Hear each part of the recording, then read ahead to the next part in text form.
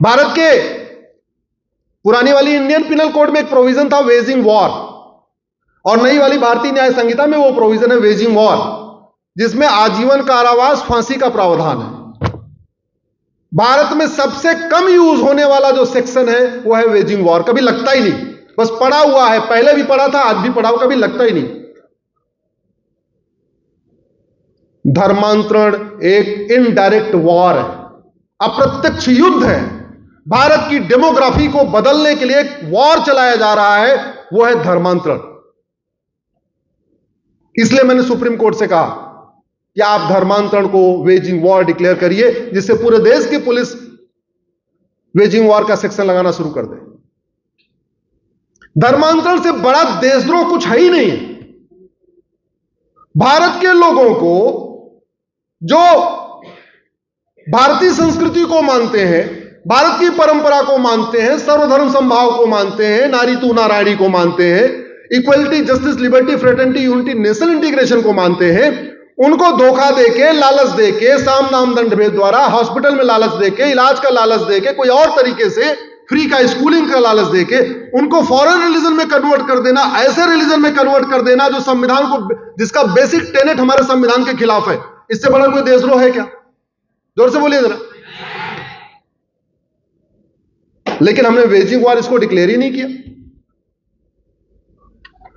हमारे पास organise crime से निपटने के लिए कानून है। महाराष्ट्र में मकोका है, गुजरात में गुजकोका है, आपके यहां गैंगस्टर एक्ट है, यूपी में गैंगस्टर एक्ट है। आप मुझे बताइए, धर्मांतरण से ज्यादा ऑर्गेनाइज क्राइम कोई है क्या? धर्मांतरण कोई एक इंडिविजुअल करता है क्या? पूरा नेटवर्क होता है। कोई जगह उपलब्ध कराता है, कोई पैसा देता है, कोई लिटरेचर देता है, कोई ब्रेन वॉश करता है, कोई पहचान छुपा के फंसाता है, कोई कुछ और करता है। कन्वर्जन से ज्यादा बड़ा ऑर्गेनाइज क्राइम कोई है क्या? मैं कह रहा हूं ड्रग स्मगलिंग जितना ऑर्गेनाइज्ड है, उससे भी ज्यादा ऑर्गेनाइज है कन्वर्जन। मानते हैं कि नहीं मानते आप? और ऑर्गेनाइज क्राइम से निपटने के लिए हमारे पास गैंगस्टर एक्ट है सभी राज्यों के पास। मैंने बताया ना, महाराष्ट्र के पास मकोका, गुजरात के पास गुजकोका, एमपी के पास गैंगस्टर एक्ट, यूपी के पास, ऐसे अलग अलग कानून है। दुर्भाग्यवश हम उनके खिलाफ लगाते ही नहीं। तो जब मैंने सुप्रीम कोर्ट में पीआईएल फाइल किया कि धर्मांतरण को कराने वाले और उनके मददगारों के खिलाफ एनएसए लगाएं, यूएपीए लगाएं, वेजिंग वॉर लगाएं, देशद्रोह लगाएं, गैंगस्टर एक्ट लगाएं, तो 10 पिटीशन और आ गई मेरा विरोध करने के लिए। और जो पिटीशन विरोध करने के लिए आई है उसमें भूतपूर्व कानून मंत्री, भूतपूर्व शिक्षा मंत्री, भूतपूर्व विदेश मंत्री, भूतपूर्व गृह मंत्री, भूतपूर्व वित्त मंत्री अपीयर होते हैं। तकलीफ इस बात की है कि अगर उधर से 10 आई तो इधर से कितनी आनी चाहिए थी? 100 आई क्या? नहीं। यह तकलीफ, इस बात का मुझे दुख रहता है। लेकिन भगवान जो कर रहे हैं सब कर रहे हैं, ठीक ही कर रहे हैं, मैं मानता हूं। नहीं आ रही, शायद ये भी भगवान चाहते हैं। और इतना 11 फरवरी 2022 की डेट को जस्टिस एमबी शाह की बेंच ने बहुत कठोर रिमार्क किया। मैंने 5 मांग किया था। राष्ट्र की सुरक्षा के लिए खतरा, दूसरी थी एकता अखंडता के लिए खतरा, तीसरी वेजिंग वॉर, चौथा ऑर्गेनाइज क्राइम, पांचवा देशद्रोह। जो मेरी पहली वाली प्रेयर थी उसमें सुप्रीम कोर्ट ने कमेंट कर दिया कि धर्मांतरण राष्ट्र की सुरक्षा के लिए खतरा है। आप लोग गूगल करिएगा, conversion is threat to national security. और उन्होंने अटॉर्नी जनरल को बोला कि बहुत इंपॉर्टेंट मैटर है, आपको इसमें अपीयर होना है। सॉलिसिटर जनरल को बोला आपको इसमें रहना है, कोई जूनियर वकील इसमें नहीं रहेगा। ऑर्डर में लिखा हुआ है। और उन्होंने 11 फरवरी 2022 की डेट फिक्स कर दिया। 11 फरवरी 2023 की डेट फिक्स कर दिया कि इसको हम फाइनल हियरिंग पे करेंगे। जानते हैं क्या हुआ? फाइनल हियरिंग पे आने के पहले केस हंटिंग हो गई। केस हंटिंग समझते हैं? केस इधर इस बेंच से उस बेंच में चला जाए। वो केस ही वहां से खींच लिया गया। कितने स्ट्रांग लॉबी है, कितनी पावरफुल लॉबी है कि सुप्रीम कोर्ट में ये नियम है, हाई कोर्ट में भी ये नियम है। हालांकि हाई कोर्ट में रोस्टर चेंज होता रहा, सुप्रीम कोर्ट में रोस्टर चेंज नहीं होता। सुप्रीम कोर्ट में किसी जज ने पहली बार अगर केस सुन लिया तो जब तक वो रिटायर नहीं हो जाएगा वो केस उसके साथ ही चलेगा। जब मैंने पीआईएल फाइल किया तो जस्टिस एमबी शाह साहब कोर्ट नंबर 7 में बैठते थे। कोर्ट नंबर 6 में आए, मेरा मैटर उनके साथ आया। कोर्ट नंबर 5 में आया, मेरा मैटर उनके साथ आया। कोर्ट नंबर 4 में आए, मेरा मैटर उनके साथ आया। कोर्ट नंबर 4 में आके उन्होंने ऑर्डर कर दिया, अटॉर्नी जनरल रहेंगे, सॉलिसिटर जनरल रहेंगे, फाइनल हियरिंग करेंगे। 11 फरवरी की डेट फिक्स कर दिया, उनका मैटर उनसे खींच लिया गया और मेरा मैटर लगा दिया गया तीस्ता सीतलवाड़ के साथ। सुना होगा तीस्ता सीतलवाड़ का नाम आपने? तीस्ता सीतलवाड़ ने भारत के 7 राज्यों में धर्मांतरण विरोधी कानून है, उसको चैलेंज किया हुआ है। हमारी मांग बिल्कुल अलग है। हम चाह रहे हैं पूरे देश में एनएसए लगे, यूएपीए लगे, लेकिन मेरा मैटर उसके साथ लगा दिया गया और आपको जान के आश्चर्य होगा उसके बाद आज तक मैटर लगा ही नहीं। इसको कहते हैं केस हंटिंग। कितनी पावरफुल लॉबी है, केस को उन्होंने शिफ्ट करा दिया। तो उनको समझ में आ गया जिस तरीके से एमबी शाह साहब आगे बढ़ रहे हैं, कल को इन्होंने अगर इसको देशद्रोह घोषित कर दिया, वेजिंग वॉर घोषित कर दिया, पूरे देश की पुलिस लगाना शुरू कर देगी। लेकिन शाह साहब जाते जाते एक ऑर्डर पे अपने लिख के चले गए थे कि राष्ट्र की सुरक्षा के लिए खतरा है। मैंने उस ऑर्डर को बाबा जी की पुलिस को दे दिया।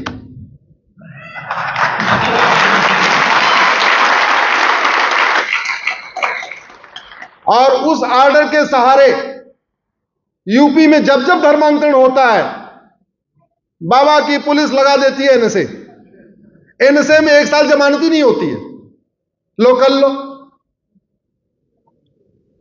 अच्छा, पहली बार किसी केस में जब आप कोई एनएसए लगाते हैं तो उसको वेटिंग के लिए हाईकोर्ट भेजा जाता है। तो सबसे पहले गाजियाबाद पुलिस ने उसको लगाया, एनएसए लगाया। कमिश्नर साहब भी काफी भयभीत थे, काफी मेरी उनकी कई बार चर्चा हुई। हमने कहा आप लगाओ, कोई दिक्कत नहीं, कुछ नहीं होगा। आप बोले नहीं, हाईकोर्ट जाएगा, वहां पे कमेटी इसको एग्जामिन करेगी, एनएसए ठीक है नहीं ठीक। हमने कहा एक बार लगाओ तो आप लगाओ। मान गए गाजियाबाद के कमिश्नर साहब, लगा दिया उन्होंने एनएसए। हाईकोर्ट से भी कंफर्म होकर आ गया कि धर्मांतरण पे एनएसए लगाया जा सकता है।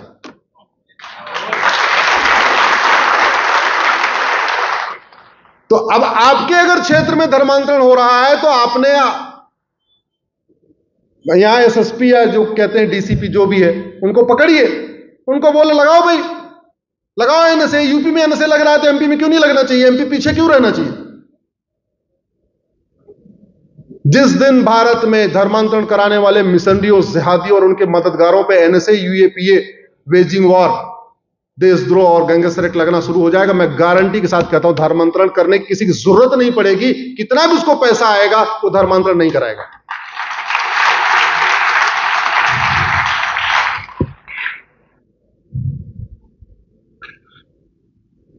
एक दूसरी समस्या है जो आपके यहां भी है। मुझे बताया गया कि आर्मी एरिया के बगल में टीला उला है, वहां पे कब्जा हो गया, बांग्लादेशियों ने कब्जा कर लिया है ना। अब आप ये बताओ, ये अवैध घुसपैठ कभी आपने सुना चीन में किसी ने अवैध घुसपैठ कर लिया हो? सिंगापुर में कर लिया हो, बाकी छोड़ो दुबई में कर लिया हो, कुवैत में कर लिया हो, अरब में कर लिया हो, ये सारे भारत में क्यों करते हैं?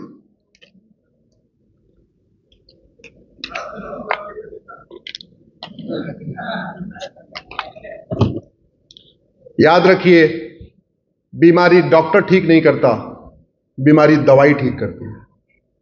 पहली बात तो राहुल गांधी संसद में है क्योंकि हमारा कानून घटिया है। नहीं तो राहुल गांधी जैसे आदमी आज तिहाड़ में होते, वो संसद में होते ही नहीं।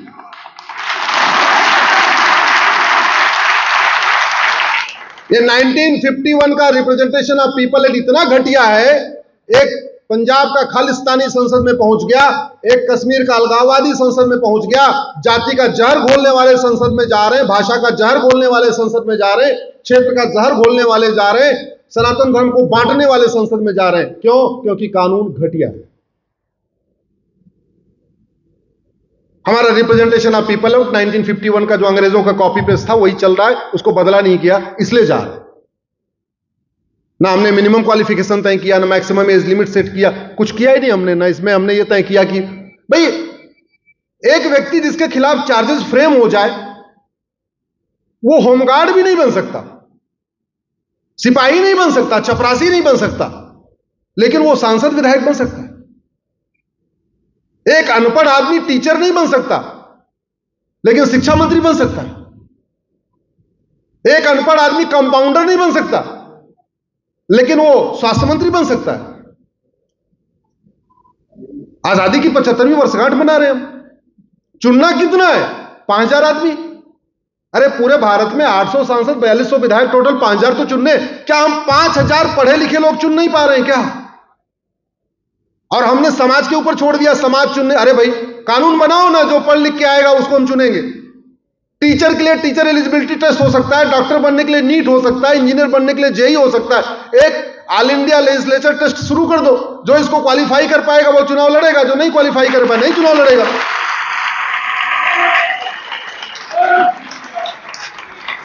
पांच साल में 5000 चाहिए। अरे उससे ज्यादा हम हर साल 10,000 12,000 तो मेडिकल में चुन लेते हैं पढ़े लिखे, उससे ज्यादा हम तो जेई में चुन लेते हैं, इंजीनियर बना लेते हैं। 5 साल में कम से कम 10,000 हम आईएएस चुन लेते हैं, और 5 साल में हम एक टेस्ट करके 5000 पढ़े लिखे लोग नहीं चुन पा रहे, जिनको संविधान का ज्ञान हो, कानून का ज्ञान हो, भारत की संस्कृति का ज्ञान हो। ये सारे अनपढ़ नाड़ी ठुल्ले टाइप के लोग चले आ रहे हैं वहां पे।